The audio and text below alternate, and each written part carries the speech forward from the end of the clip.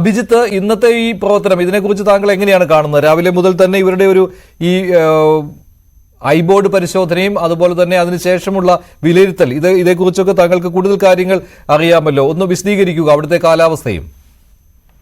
നോക്കൂ മഞ്ജുഷ്, എക്കോ വരുന്നുണ്ട്. ഇവിടെ എന്നെ സംബന്ധിച്ചോ അല്ലെങ്കിൽ നമ്മളെ സംബന്ധിച്ച് കേരളം ഒന്നാകെ ഒരു കുടുംബവും നാടും ഒന്നിച്ചു പ്രിയപ്പെട്ട സഹോദരൻ അർജുനെ വീണ്ടെടുക്കുമെന്നും ആ വീണ്ടെടുപ്പിനെ സാക്ഷിയാകുമെന്നുമുള്ള പ്രതീക്ഷയോടെയാണ് ഈ നിമിഷം വരെ മുമ്പോട്ട് പോകുന്നത്. ഇന്നലെ വന്ന വാർത്തകളുടെ ഭാഗമായി ഇന്ന് എന്തായാലും അർജുനെ കണ്ടെത്തുമെന്നുള്ള പ്രതീക്ഷയായിരുന്നു. പക്ഷെ ദൗർഭാഗ്യവശാൽ അത്തരമൊരു സാഹചര്യമല്ല. ഒന്നാമത്തത്, മനുഷ്യസാധ്യമായ എല്ലാ കാര്യങ്ങളും ഇവിടെ നടക്കുകയാണ്.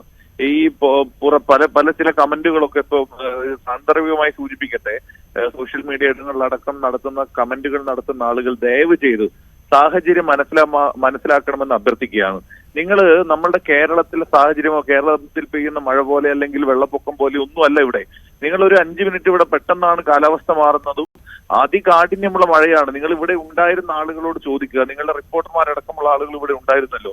ഒരു മഴ പെയ്യുമ്പോൾ ഇന്നത്തെ രാവിലത്തെ തെളിഞ്ഞ കാലാവസ്ഥയായിരുന്നു കുറച്ചു നേരം, പെട്ടെന്നാണ് മഴ പെയ്യുന്നത്. രാവിലെ പെയ്ത ശക്തമായ മഴയും അതിനൊപ്പം തന്നെയുള്ള കാറ്റും, അതൊക്കെ ഈ സാഹചര്യം പെട്ടെന്ന് മാറുന്നത് നമുക്കൊക്കെ നേരിൽ കാണാവുന്നതാണ്. അതേസമയം തന്നെ ഗംഗാവലി പുഴയിലാണ്, നമുക്കറിയാം നമ്മളുടെ സഹോദരൻ അർജുന്റെ ട്രക്കും അർജുനെയും തെരഞ്ഞുകൊണ്ടിരിക്കുന്നത് ഗംഗാവലി പുഴയിലാണ്.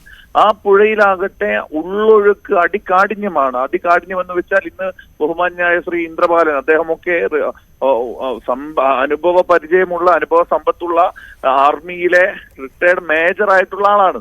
അദ്ദേഹം അടങ്ങുന്ന ആളുകൾ ഇന്ന് നടത്തിയ വാർത്താ സമ്മേളനം നിങ്ങൾ കേട്ടിട്ടുണ്ടാകും.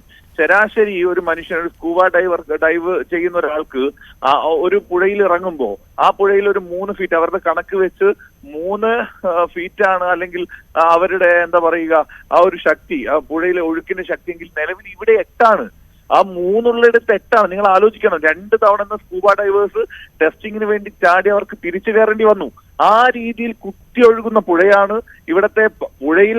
ഗംഗാവലിയെ സംബന്ധിച്ച് അടിയൊഴുക്കും ഉള്ളൊഴുക്കും വലിയ രീതിയിൽ ക്രമാതീതമായി ഉയരുന്ന ഒരു സാഹചര്യമുണ്ട്. അതേസമയം തന്നെ കരയിലാകട്ടെ മണ്ണിടിച്ചിലിന് ഏത് സമയത്തും സാധ്യതയുള്ള ഇടമാണ്. അപ്പോൾ പ്രതികൂലമായൊരു സാഹചര്യമാണ് ഈ ശിരൂരിൽ ഉള്ളത്.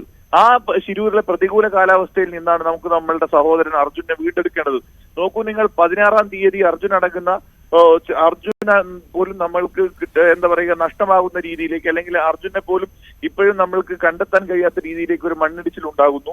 ആ മണ്ണിടിച്ചിൽ ഏതാണ്ട് അന്ന് തന്നെ ആ സംഭവം പലപ്പോഴും നമ്മൾ ഏറ്റവും മനോഹരമായി മലയാളികൾ എന്ന് പറയുന്നില്ല, മലയാളികളൊക്കെ അർജുനെ കാത്തിരിക്കുമ്പോഴും അനാവശ്യമായി വിവാദങ്ങൾ ഉണ്ടാക്കാൻ ശ്രമിക്കുന്നവർ പറഞ്ഞുകൊണ്ടിരിക്കുന്നതോ ഒരു ഇടപെടലും ഉണ്ടായിട്ടില്ല എന്നാണ്. നോക്കൂ, നിങ്ങൾ 16-ാം തീയതി മണ്ണിടിച്ചിലുണ്ടായ ആ സമയത്ത് തന്നെ അന്ന് ഈ ഉത്തര കന്നഡയുടെ ചുമതലയുള്ള മന്ത്രിയും MLA അടങ്ങുന്ന ആളുകൾ ഇവിടെ എത്തി ശക്തമായ തിരച്ചിൽ ഊർജിതമാക്കിയതിന്റെ ഭാഗമായി നമുക്കറിയാം അന്ന് തന്നെയാണ് പിറ്റേ ദിവസമാണ് ടാങ്കർ ലോറി, ഈ ഫുൾ ഇന്ധനമുള്ള ടാങ്കർ ലോറി, ഒരുപക്ഷെ അത് വലിയ പൊട്ടിത്തെറിയിലേക്കും വലിയ അപകടത്തിലേക്കും ആ പ്രദേശത്തെ ഒന്നാകെ ബുദ്ധിമുട്ടിലേക്ക് കൊണ്ടുപോകുന്ന ടാങ്കർ ലോറിയുടെ ഇന്ധനം നിറച്ചിരിക്കുന്ന ഭാഗം അത് പുഴയിൽ ഒഴുകി നടക്കുമ്പോൾ ആ പ്രതികൂല കാലാവസ്ഥയിലും ആ ഒരു സാഹചര്യത്തെ മറികടന്ന് ജനങ്ങളെ സുരക്ഷിതമാക്കാനുള്ള നടപടിക്ക് ഈ ഭരണകൂടം നേതൃത്വം കൊടുത്തു. അതേസമയം തന്നെയാണ് 7ഓളം ഡെഡ് ബോഡികളെ, 7ഓളം മനുഷ്യരുടെ മൃതദേഹങ്ങളും വീണ്ടെടുക്കപ്പെടുന്നത് അവിടെയാണ്. പക്ഷേ അന്നൊന്നും നമ്മളുടെ സഹോദരൻ അർജുൻ ഈ അപകടത്തിൽപ്പെട്ടു നമ്മളത് തിരിച്ചറിഞ്ഞിട്ടില്ല. 18-ാം തീയതി ബഹുമാന്യനായ ശ്രീ MK രാഘവൻ MP-യുടെ ഓഫീസുമായി അർജുന്റെ കുടുംബം ബന്ധപ്പെട്ടതിന് ശേഷമാണ് അർജുൻ എന്ന നമ്മളുടെ സഹോദരൻ ലോറിയുമായി വരുന്ന വഴിയിൽ ഈ അപകടത്തിൽപ്പെട്ടിട്ടുണ്ട് എന്ന് പുറം ലോകം അറിയുന്നത്. അന്ന് മുതൽ അർജുനെ രക്ഷിക്കാനുള്ള, അർജുനെ വീണ്ടെടുക്കാനുള്ള എല്ലാ മനുഷ്യ സാധ്യമായ നടപടികൾക്കും എല്ലാവരും നേതൃത്വം കൊടുക്കുന്നുണ്ട്.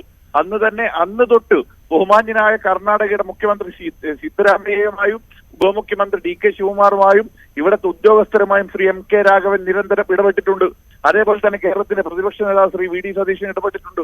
ബഹുമാനപ്പെട്ട കേരളത്തിന്റെ മുഖ്യമന്ത്രി ശ്രീ പിണറായി വിജയൻ അടങ്ങുന്ന ആളുകൾ ഇടപെട്ടിട്ടുണ്ട്. ശ്രീ KC വേണുഗോപാൽ നിരന്തരം ഇടപെട്ടുകൊണ്ടിരിക്കുകയാണ്. അങ്ങനെ ഒരു വലിയ സമ്മർദ്ദം കേരളത്തിന്റെ ഭാഗത്തുനിന്നുണ്ടായിട്ടുണ്ട്. അപ്പോ ഇവിടെ ആ സമയത്താണ് 4-ാം ദിവസം അർജുനെ കാണാതായി. 4-ാം ദിവസം ബഹുമാനപ്പെട്ട ശ്രീ MK രാഘവൻ MP-യോടൊപ്പം ഞാൻ ഇവിടെ എത്തിയ ഒരാളാണ്. അന്ന് ഞങ്ങൾ എത്തുന്ന ഘട്ടത്തിൽ നിങ്ങൾ അറിയണം, 600 കിലോമീറ്ററുകൾക്ക് അപ്പുറത്ത് നിന്ന് ശ്രീ സിദ്ധരാമയ്യ ഇങ്ങോട്ട് കടന്നു വരുന്നു.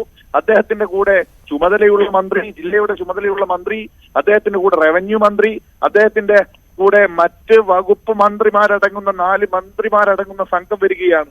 അന്ന് തൊട്ട് ഊർജിതമായ ശ്രമങ്ങൾ ഇവിടെ നടക്കുന്നു അർജുനെ വീണ്ടെടുക്കാൻ. എല്ലാ രീതിയിലുമുള്ള ക്രോഡീകരണം ഉണ്ടാക്കുന്നു. അതിന് കുടുംബത്തിന്റെ ആവശ്യപ്രകാരം ഇന്ത്യൻ ആർമിയെ വിളിക്കുന്നു, നേവിയെ വിളിക്കുന്നു, NDRF ഇവിടെയുണ്ട്, SDRF ഉണ്ട്. അങ്ങനെ മനുഷ്യസാധ്യമായ എല്ലാ ഇടപെടലും അർജുനെ വീണ്ടെടുക്കാൻ നടക്കുന്നുണ്ട്.